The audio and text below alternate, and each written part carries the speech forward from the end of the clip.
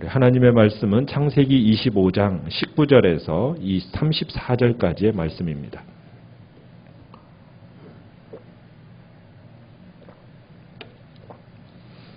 창세기 25장 19절에서 34절 교독하도록 하겠습니다. 19절 제가 먼저 읽습니다.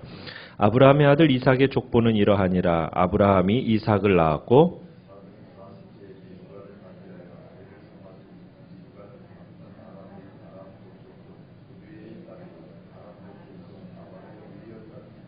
이삭이 그의 아내가 임신하지 못함으로 그를 위하여 여호와께 간구하며 여호와께서 그의 간구를 들으셨으므로 그의 아내 리브가가 임신하였더니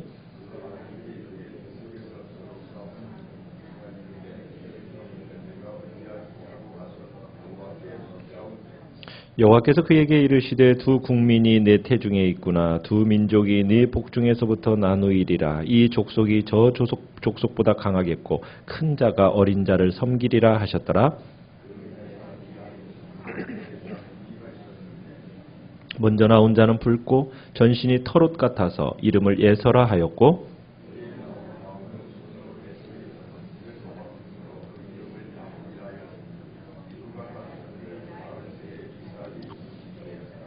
그 아이들이 장성함에 에서는 익숙한 사냥꾼이었으므로 들 사람이 되고 야곱은 조용한 사람이었으므로 장막에 거주하니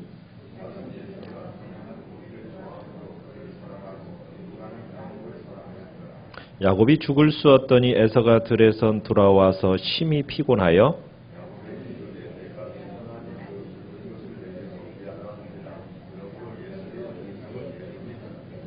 야곱이 이르되 형의 장자의 명분을 오늘 내게 팔라.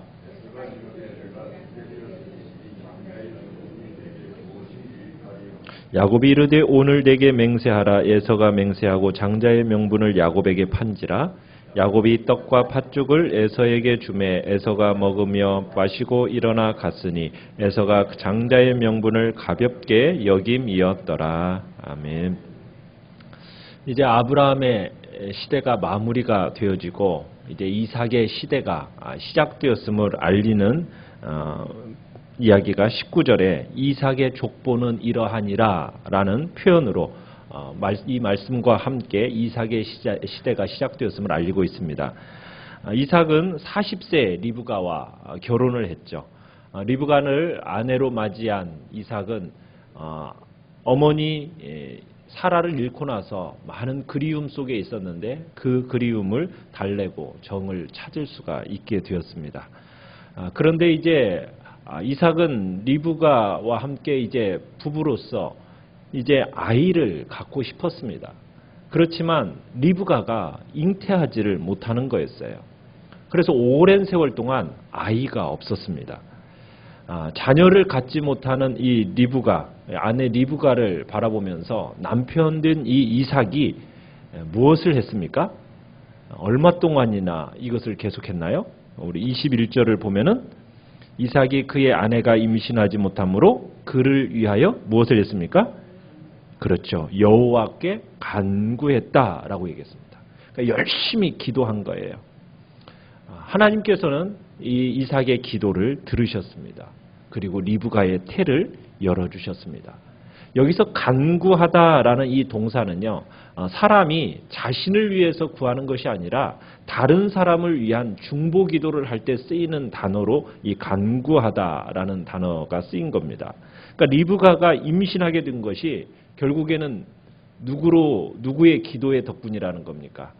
이삭, 남편 이삭의 전적인 중보 기도로 인해서 이 아이가 임신하게 되었다는 것을 역설하고 있는 겁니다. 얼마 동안이나 기도했습니까? 아이를 60세에 낳았다고 그래요. 그렇죠. 40세에 결혼했는데 60세에 아이를 낳았으니까 20년 동안 간절히 기도한 겁니다. 그러니까 참 리브가의 임신을 위해서 20년 동안 간절한 기도의 응답으로 이제 아이가 탄생한 거예요. 그래서 이 기간 동안 참 이삭이 믿음을 잃지 않고 계속해서 간절히 기도했다. 여러분 이것이 참 높이 평가되어야 할 부분입니다. 그렇지 않습니까? 오늘날처럼 특별히 많은 것이 즉석에서 행해지는 시대 속에서 그렇게 진행되는 시대 속에서 정말 오랜 세월 꾸준하게 그러면서 간절함으로 기도한다라는 것은 그렇게 쉬운 일이 아니거든요. 그러나 이삭은 하나님에 대한 어떤 약속을 붙들고서는 20년 동안 간절히 기도했고 그 기도의 응답으로 하나님께서는 자녀를 잉태케 하셨습니다. 자, 그런데 임신한 리브가에게 이상한 현상이 일어났습니다. 리브가의 뱃속이 평안할 날이 없는 거예요. 지나치게 너무 이 아이들이 움직임이 심하다고 생각이 든 겁니다. 그럴 때마다 혼란스러웠어요. 뱃속에 있는 이 아이들의 움직임을 묘사하는 단어 22절에 보면 이렇게 했습니다. 서로 싸우는지라라는 매우 강한 뉘앙스의 단어를 사용하고 있습니다. 이 싸우다라는 단어는 평상시에는 어떤 단어로 쓰냐면 뭉개다, 으깨다, 학대하다, 핍박하다 이런 단어로 쓰이는데 여기서는 싸우다라는 단어로 우리말로는 번역이 되어졌어요. 그만큼 리브가의 태에서는 이 아이들의 갈등이 굉장히 극렬했다라는 것을 지금 표현하고 있는 겁니다. 그러니까 어머니의 뱃속에서부터 치열한 갈등이 지금 경쟁이 벌어지고 있는 거죠. 앞으로 있을 이 둘 사이의 갈등, 경쟁을 예고하고 있는 겁니다. 그런데 리브가는 영문을 알 까닭이 없잖아요. 뱃속에서 있는 일이니까. 그래서 22절에 그렇게 이럴 경우에는 내가 어찌할꼬 하고 하나님께 이 리브가가 기도를 합니다. 자기가 처해 있는 이 독특한 상황에 대해서 하나님께 말씀을 구하면서 나아간 겁니다. 그러니까 너무 다급한 나머지 하나님께 기도를 한 거예요. 그랬더니 하나님께서 응답하셨어요. 하나님의 말씀을 사모한 필요를 느꼈던 리브가 결국 하나님께서 리브가에게 응답을 하셨습니다. 이 리브가에게 응답한 하나님의 말씀은 무엇이었습니까? 하나님의 계획을 이제 알려주시는데 하나님의 응답은 23절에 보면 네 마디의 간략한 시적인 문장으로서 이렇게 나타납니다. 리브가를 놀라게 하기에 충분한 세 가지 정보가 담겨 있었는데 첫 번째는 리브가의 뱃속에 두 나라 백성이 잉태되었다라는 겁니다. 두 국민이 태중에 있구나. 그래서 지금 자신의 배가 평안하지 못하다라는 것을 알게 된 거예요. 그 수수께끼가 풀린 겁니다. 두 번째로는 이 아이들을 통해서 두 개의 족속이 탄생할 거라는 겁니다. 두 개의 민족이. 그런데 이 두 족속은 힘과 재력에 있어서 동일하지 않다라는 거죠. 하나가 다른 족속보다 강하게 될 거라는 거예요. 자, 그래서 세 번째로는 그런데 누가 누구를 섬길 거라고 이야기를 합니까? 그러니까 형이 동생을 섬길 것이다. 그러니까는 야곱이 예서보다도 더 큰 족속의 조상이 될 것을 예언한 겁니다. 자, 때가 되었습니다. 드디어 이제 리브가가 두 아이를 출산하게 됩니다. 첫째 아이는 온 몸이 어땠다고 했습니까? 붉다, 빨갛다는 거죠. 그래서 에서라는 이름이 지어졌습니다. 또한 몸에 뭐가 많다고요? 털이 많았습니다. 많은 털을 지닌 채 태어난 거예요. 자, 둘째 아이는 이름을 뭐라고 지었습니까? 26절에 야곱이라고 지었습니다. 야곱이라고 지은 이유는 형의 발뒤꿈치를 붙들고 태어났기 때문에 그 독특한 행동 때문에 이제 야곱이라는 이름을 짓게 돼요. 근데 이 야곱이라는 의미 속에는 결국에는 상속권에 대한 야곱의 끈질긴 집착 그리고 남의 발목을 잡는 간교한 성품 이것이 이 속에 예감되어 있는 겁니다. 이 두 아이들이 성장하게 됩니다. 성장하면서 에서는 27절에 사냥에 능숙한 사람이 돼요. 그러면서 들판을 돌아다니는 호방한 남자가 되고요. 반면에 야곱은 조용한 사람으로서 집에 거주하기를 좋아하는 사람이 되었습니다. 자, 그런데 28절에 보니까 아버지 이삭은 누구를 더 사랑했어요? 에서를 사랑했죠. 왜요? 에서가 사냥해 온 음식을 마련해 가지고 이제 아버지 이삭을 가져다가 줍니까? 즐거우니까 이 에서를 사랑한 겁니다. 반면에 어머니 리브가는요. 야곱을 사랑했어요. 야곱의 조용한 성품 탓도 있겠지만 아마 가장 큰 이유 중에 하나는 하나님께로부터 받은 계시, 그 계시를 마음에 두고 있었기 때문에 어린 자인 이 야곱을 더 사랑했다라는 생각이 듭니다. 자, 하루는 야곱이 마침 죽을 끓이고 있었어요. 그때 에서가 들에서 돌아옵니다. 에서가 사냥을 하러 다니다가 허기진 배를 쥐고서는 야곱이 있는 장막을 찾아 들어온 거예요. 너무 심히 줄이고 피곤한 탓에 에서가 야곱에게 붉은 죽을 달라고 청합니다. 그런데 이제 야곱이 상황을 판단해 보니까 형을 상대로 이렇게 장사하기 아주 좋다라는 생각이 든 거예요. 그래서 비열한 장사를 합니다. 형 에서에게 뭘 팔라고 요구합니까? 장자의 명분을 자기에게 팔라고 요구를 합니다. 그러니까 에서가 뭐라고 얘기해요? 내가 죽게 되었으니까 이 장자 명분이 내게 무슨 소용이 있으랴? 그러면서 주저하지 않고 승낙해버립니다. 그래서 야곱의 요구에 따라서 에서는 맹세를 해요. 자기의 장자권을 야곱에게 주겠다고. 그리고는 팔아버립니다. 야곱은 팥죽을 주는 대신에 장자권을 받아낸 거예요. 참 잔머리의 귀재입니다. 야곱은. 그래서 전혀 거리낌이 없이 배고픔 때문에 정신이 없는 이 에서를 상대로 해서 어떻게 보면 지나친 폭리를 취한 거죠. 자, 에서가 장자의 명분을 동생에게 판 이유는 뭘까요? 단지 에서가 호방한 성품 때문일까요? 우발적으로 저지른 실수입니까? 그렇지 않다라고 얘기합니다. 마지막 34절에 보면은 에서가 장자의 명분을 어떻게 여겼더라? 가볍게 여겼다. 가볍게 여겼다. 장자권을 멸시했다. 이렇게 평가하고 있습니다. 그러니까 창세기에서 장자의 명분은 뭘 얘기하는 겁니까?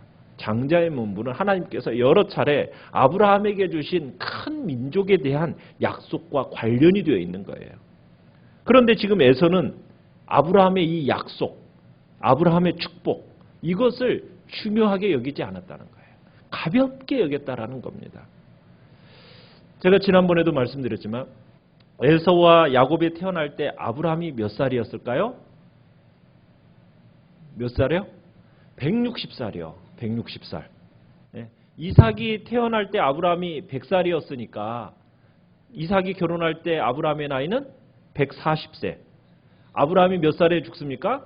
175세에 죽으니까 에서와 야곱이 태어날 때 나이가 160세였으니까 태어난 후에도 몇 년을 더 같이 산 거예요? 15년을 더 같이 살았던 거예요. 그러니까 아브라함은 이 15년 동안 손주들의 재롱 자라는 모습을 지켜보아 온 겁니다. 손주들을 바라보는 할아버지의 입장에서는 무엇을 얘기해 주고 싶겠습니까? 하나님께로부터 자신이 받은 그 하나님의 약속, 하나님의 축복, 그거 얘기하고 주고 싶지 않겠어요? 특별히 아마 아브라함의 마음속에서는 장자인 에서에 대한 애착이 컸을 것 같아요. 특별한 애착을 가지고 그 하나님의 약속과 축복에 대해서 에서에게 더 정말 자세하게 얘기했을지 몰라요. 그런데 에서는 당장 눈에 보이는 것, 즉시 얻을 것, 이것에 연연한 나머지 보이지 않는 이 하나님의 축복을 가볍게 여겼다라는 거예요.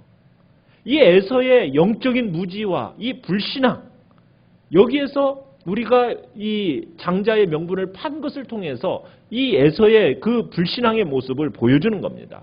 팥죽 한 그릇에 장자권을 팔아버린 거예요. 이것에 대해서 히브리서에서는 뭐라고 얘기하냐면 망령된 자다라고 평가를 내리고 있습니다. 이에 비해서 야곱은 할아버지 아브라함에게 주신 큰 민족에 대한 약속, 이 약속을 의식했던 것 같아요. 그래서 야곱은 이 장자의 명분에 대한 집착을 하게 됩니다. 야곱은 아버지 이삭의 상속자, 곧 아브라함에게 약속하신 그 축복의 상속자, 내가 돼야겠다. 이런 열망이 이 야곱에게는 있었던 거예요. 그래서 이런 일을 벌이게 되는 겁니다. 그러니까 야곱은 이 약속을 간절히 사모했던 거예요.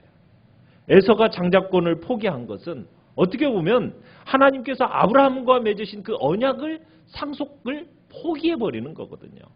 그리고 에서를 대신해서 야곱이 이 언약을 계승하는 결과를 초래하게 되는 겁니다. 우리는 당장의 배고픔을 면하기 위해서 정말 장자권을, 그 축복을 내팽개쳐버리는 이 에서의 모습을 통해서 우리는 무엇을 느끼게 됩니까?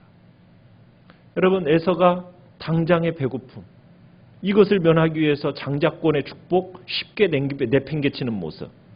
나는 먹고 사는 문제가 더 중요하지 하나님 나라의 일에는 관심이 별로 없다. 이것을 얘기하고 있는 거예요.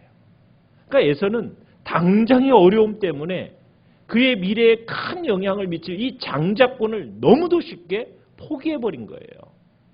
그러니까 야곱은 장자권을 통한 그 미래를 기대하면서 형과 장사를 했던 거고요. 그러니까 에서는 매우 근시안적인 행동을 한 거고 야곱은 멀리 내다보는 안목을 가졌던 겁니다. 지금 시대를 살아가는 우리에게도 마찬가지입니다. 우리에게 무엇이 가치가 있는 건가요? 먹는 것이, 마시는 것이, 이 땅의 것이 더 가치가 있나요? 하나님의 나라와 그의 의가 정말 더 가치가 있나요?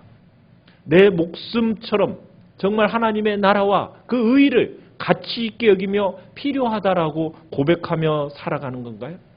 이렇게 살아가는 자가 정말 이 시대에 있어서 장자의 명분을 소중하게 여기는 사람입니다. 에서는 눈앞에 보이는 당장의 이익과 유익 때문에 장래의 소망을 포기해버렸어요. 하찮게 여겨버렸습니다. 우리는 그런 사람이 되어서는 안 되는 거예요.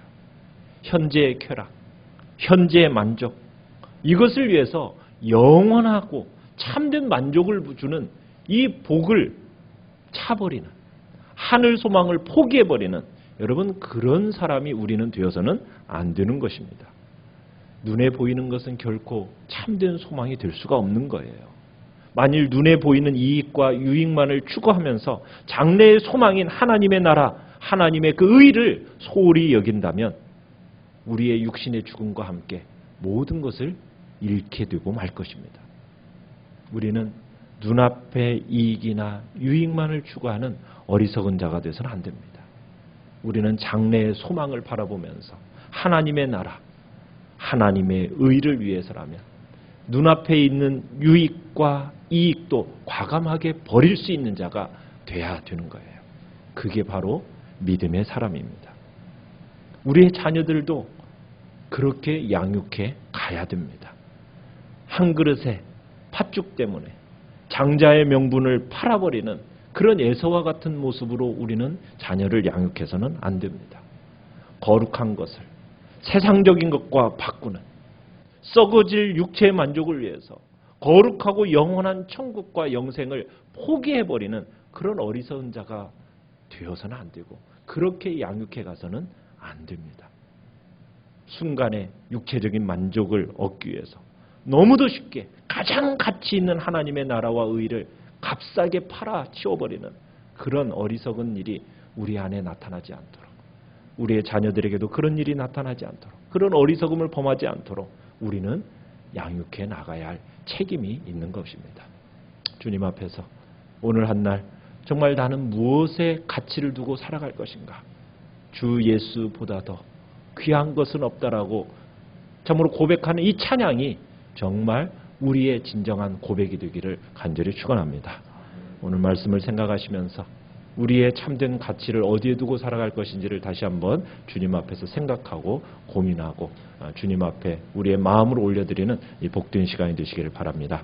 주님 앞에 이 말씀 생각하며 기도하시고요. 그리고 교회를 위해서 이 나라와 이 민족을 위해서 기도해 주시기 바랍니다. 우리